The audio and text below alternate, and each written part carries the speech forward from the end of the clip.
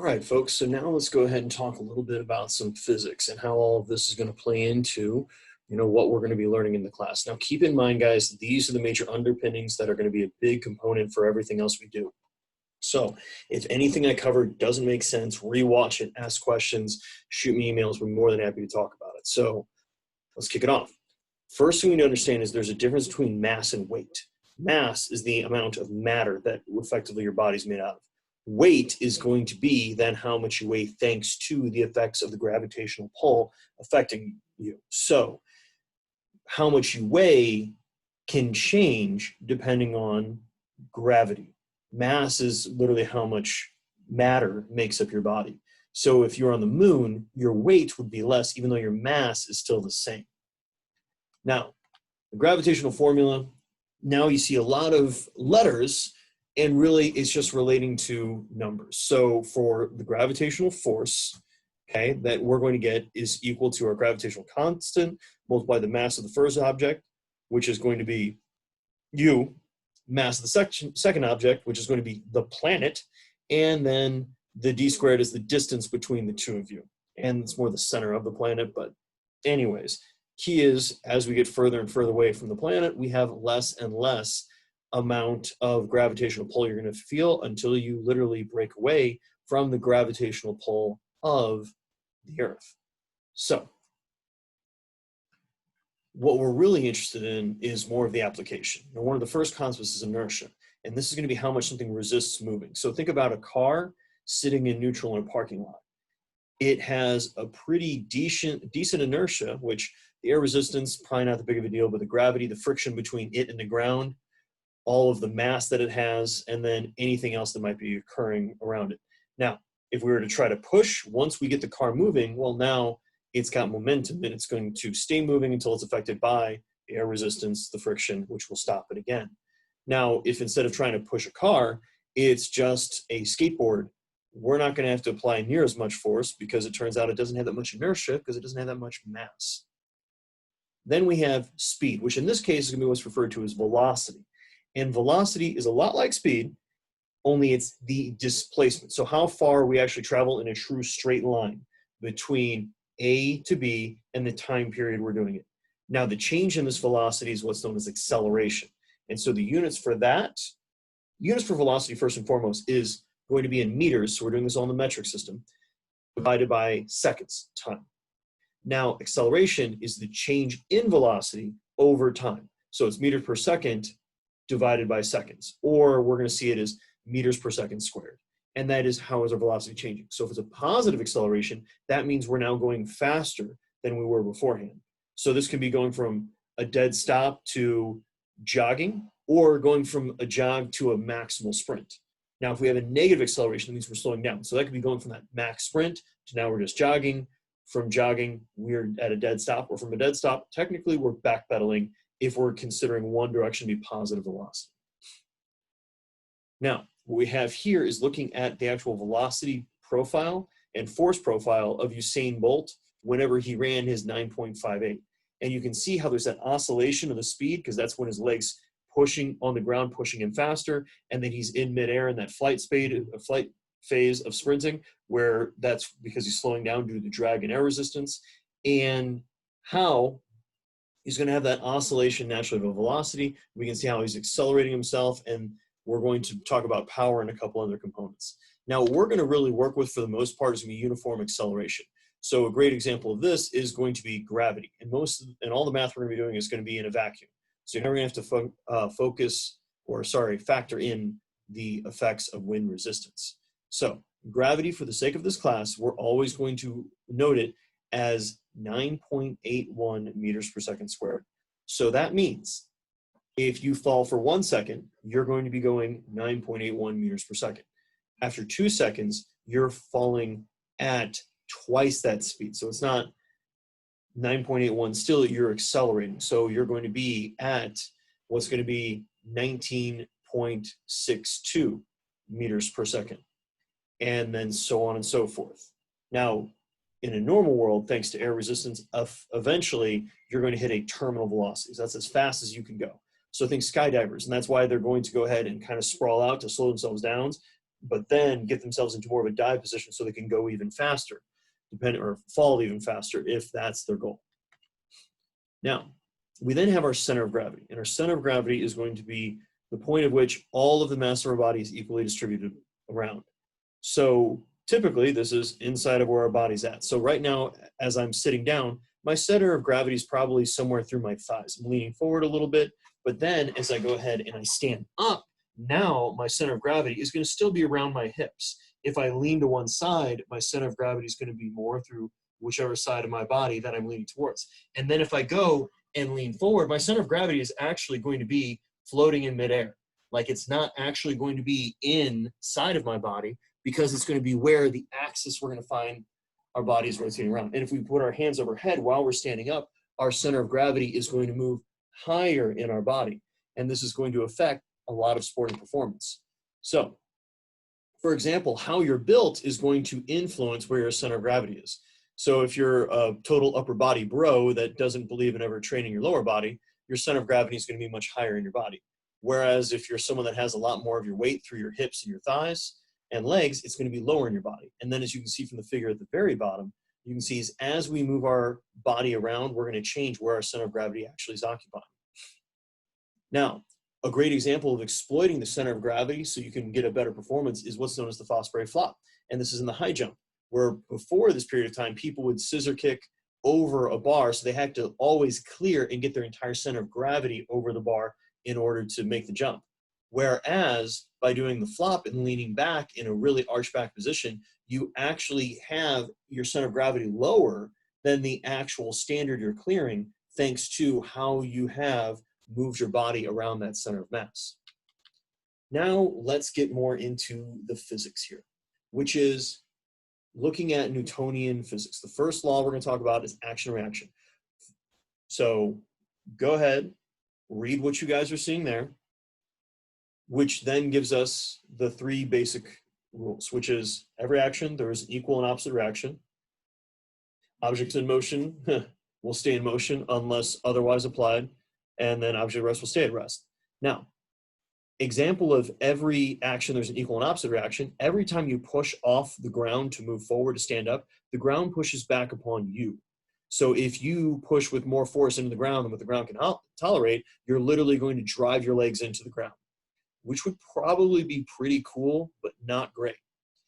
And so this is what's referred to as ground reaction forces. And we're going to see this time and time again. Now, some surfaces naturally do absorb more force, like sand is a great example. And then others are going to do a much better job at effectively allowing us to distribute all of our force back into ourselves, like running on a hard surface like concrete or pavement. And that's where you can feel that surface is obviously not as soft because it's not damping any other force. It's returning every amount of force that we're driving into it back into our body, which can cause some issues with joints depending on the individual you're working with, how old, and a number of other factors. So the key thing to keep in mind, and I apologize, the other Newtonian law that we need to understand, which is our force is always going to equal our mass times acceleration. So with any athlete, we're really trying to have the highest possible force output because A, we can be accelerating a large mass by a small amount, and that's going to be something like really heavy lifting, or we're going to be able to accelerate a very small mass massively, like throwing a baseball. So if we can produce more force in any given endeavor, we're going to be able to create more speed or move an object faster than otherwise. And then we're going to play into things like exercise physiology when it comes to intent and how we're going to train athletes in order to get the really highest level of performance we can out of them. So now force is going to be that push or pull that's going to change the state of motion. So it's going to move the object. Could be the athlete itself, could be the object the athlete throws. And we're always going to break it down into vectors. Vectors is just an easier way that we can see things on good old algebraic X, Y coordinates when we're talking about, essentially graphing the movement. So if I was to throw a ball straight up in the air, that would give me only a vertical force vector. If I was to throw it straight only flat to the ground, that would give me a horizontal force vector. But what I'm probably going to do is release the ball on a slight arc. So it's going to have both a vertical component and a horizontal component since it's going in that diagonal.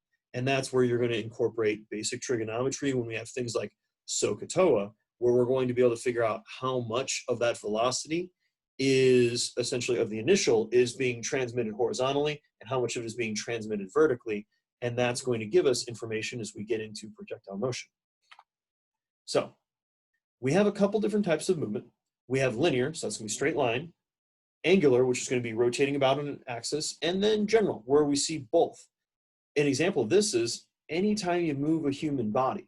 So when I'm walking, I'm moving in a straight line, but all of my joints are rotating about an axis. And that's what gives me this overall general linear and angular movement in my body. So projectile is anything that you can move through the air. And if you've ever done cheerleading, you can throw humans. They get really upset if you don't catch them. Trajectory is going to be the flight path that that object happens to be following. Now, we're going to get into this much later on in the semester where we're going to talk about the effects of putting spin on an object and how that's going to cause it to curve and change in flight due to effectively vortices and the Magnus effect. Now, how far we're going to be able to throw an object is going to come down to really three things. One is the angle of that release. Two is obviously how big of a velocity it started with. And then finally, the height. So if I wanted to throw a ball 100 yards, I would want to stand on the tallest building I could find on campus or otherwise and throw the ball from up there because it's going to have so much more time to fall to the ground. Whereas if we're trying to go ahead and get an object to travel as quickly as possible horizontally, then yes, we want to throw it on the flattest possible angle of release as we can. So we're going to have natural trade-offs, and we're going to use math to help define that. So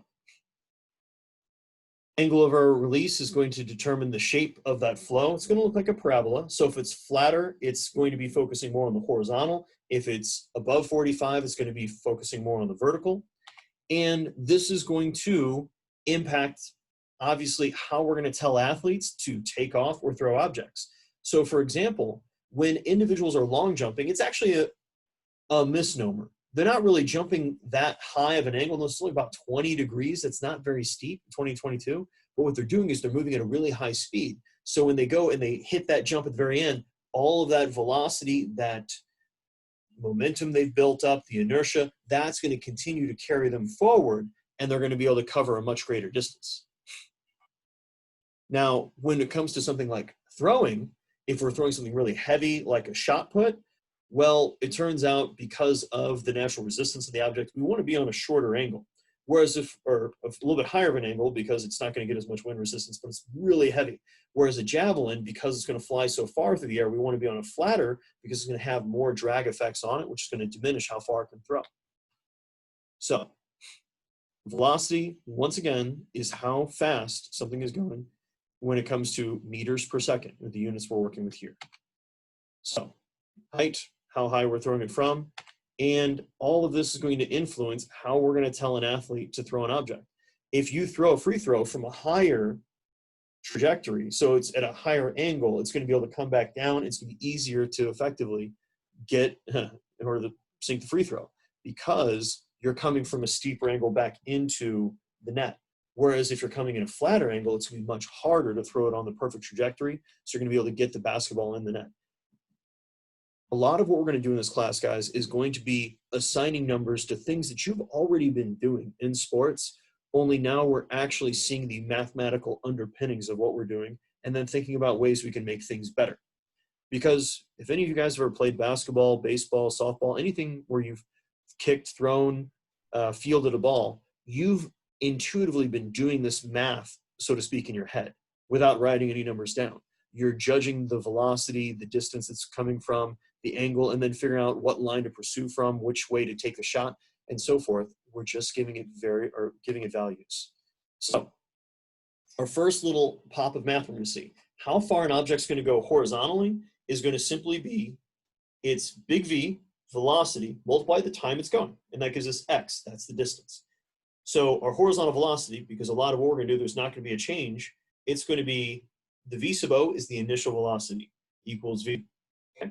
Now, the true distance formula is going to be y, which is just another marker of distance, equals the initial velocity multiplied by time, plus or minus 1/2 of the acceleration of the object, multiplied by time squared, and then minus whatever the initial distance is. So for example, if we were to go ahead and do an example where we're throwing a ball upwards in the air, it has an initial vertical velocity. Now, the second you release it, gravity is trying to pull it back down. That's in that case, the A is definitely going to be negative. And from there, well, you're going to release it from your hand, which is going to be a positive Y, because it's however high your hand was off the ground. And then it's going to land at Y, which will be 0 in this case, flat back on the ground. And so we can figure out from there how long it would have been in the air for. Now, if you knew how long it's been in the air, the initial acceleration, the initial velocity, you're going to, in turn, be able to solve for what point it would be in the air. Now, if we're solving for that time, we're going to have to factor and use the quadratic formula, and that's why it's on the bottom. Now, when it comes to velocity, if there's a change in it, it's going to be our initial velocity plus or minus that acceleration. So is it going faster? It'll be positive. If we're going slower, it's going to be negative, multiplied by time and equals the current velocity. Now, when you get those force vectors, you get those angles, we're going to do trigonometry. This is all you need to know from it. Listen to the slide as many times as you need to. Ask me questions. Just remember, so, ka, toa. So, sine of the angle equals the opposite side length divided by the hypotenuse. So, if you know the angle, you can do sine of that number. Make sure that you have your calculator in degrees, not in radians. It's going to give you a number.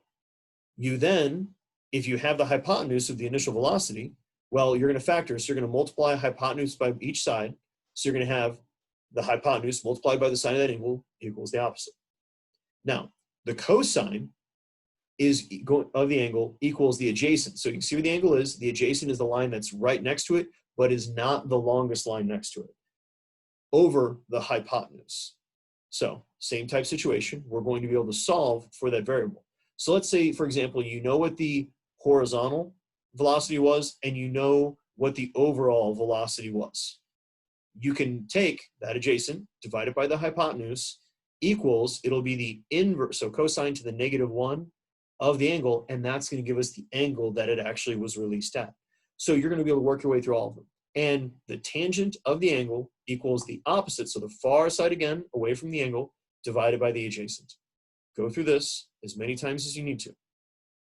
And this is going to be the equation sheet that you're going to see on it's up online, download it, go through it, write on it, understand it. It has every single equation you're going to have to know and apply for the entire class. I will never ask you to memorize the formula.